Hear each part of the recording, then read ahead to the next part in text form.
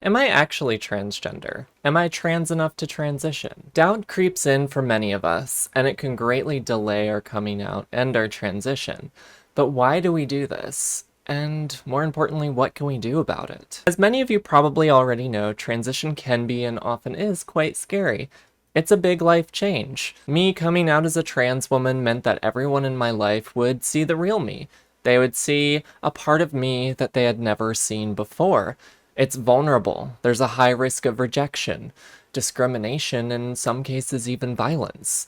We can easily get caught up on all the scary what ifs that could happen when we come out. Of course, the concerns about being transgender or non-binary in a very transphobic world are incredibly, extremely valid. But we also can't let doubt control our lives to the point where we never get to live our lives as our authentic selves. Society has spread hurtful messages countless times about trans and non-binary people, and many of us internalize these messages. We develop internalized transphobia, which leads to negative beliefs about trans and non-binary people. It can be about others, it can be about ourselves, but it's often a wonderfully toxic mix of both. It's probably no surprise to any of you that society both implicitly and explicitly teaches us to hate and despise trans and non-binary people. Here in the United States, and in many other places in the world, there is a long history of treating anyone who is an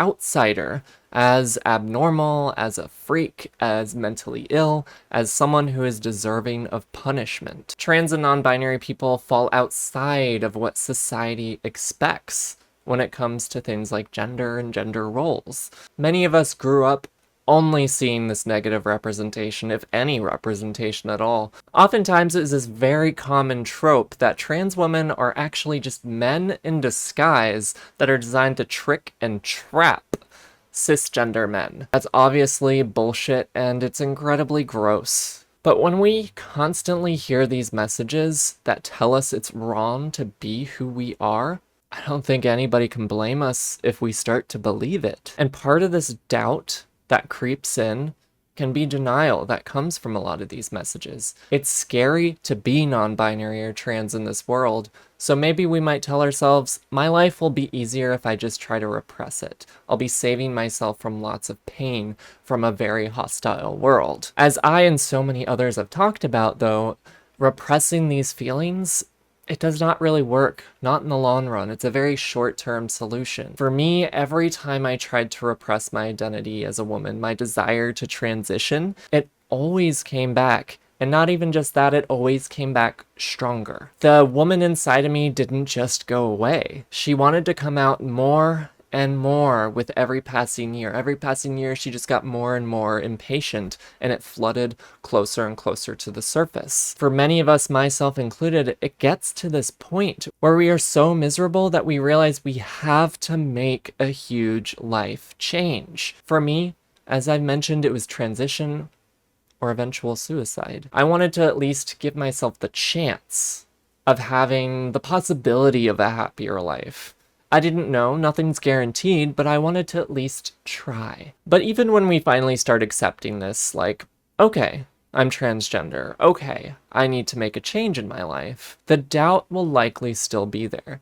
It may even get stronger because we're getting closer and closer to making those big steps, like starting to come out to people. You may find yourself asking things again like, am I actually trans?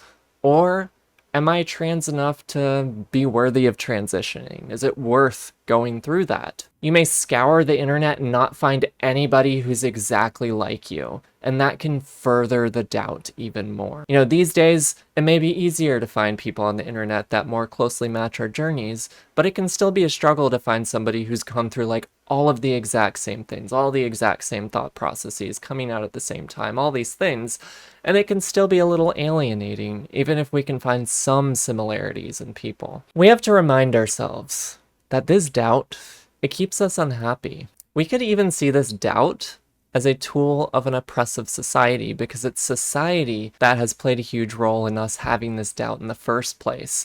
It keeps us closeted, and it keeps the status quo. It keeps the cisgender majority comfortable. Fuck that. If other people are uncomfortable with our existence, that is on them to reflect on why someone living their truth and defying social expectations makes them so fucking uncomfortable.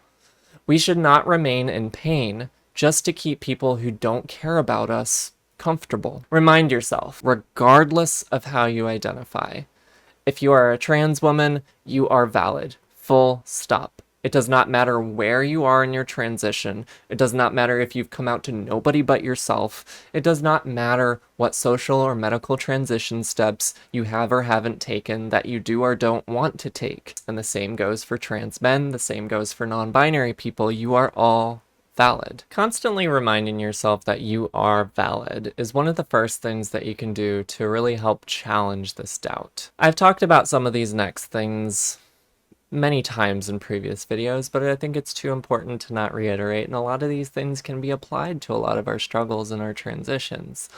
Find those people that support and affirm you. I'll say this again and again and again because I think social support is so incredibly important in our journeys. Find these people that will tell you that you are valid and loved simply as you are. It can be hard to process these things on your own. It can be hard to believe these things on your own. So finding supportive community, whether that's online or in person, is critical. I know it's not accessible to everyone, and this is a whole other issue to unpack, but I also highly recommend going to therapy. Find a gender-affirming therapist who can support you and help you unpack all these parts of your identity that you've had to hide for many, many years, for many of us. Coming out and transitioning is a process, to put it lightly, and a good therapist can help us process our past, process our identities, and learn tools to foster greater acceptance for ourselves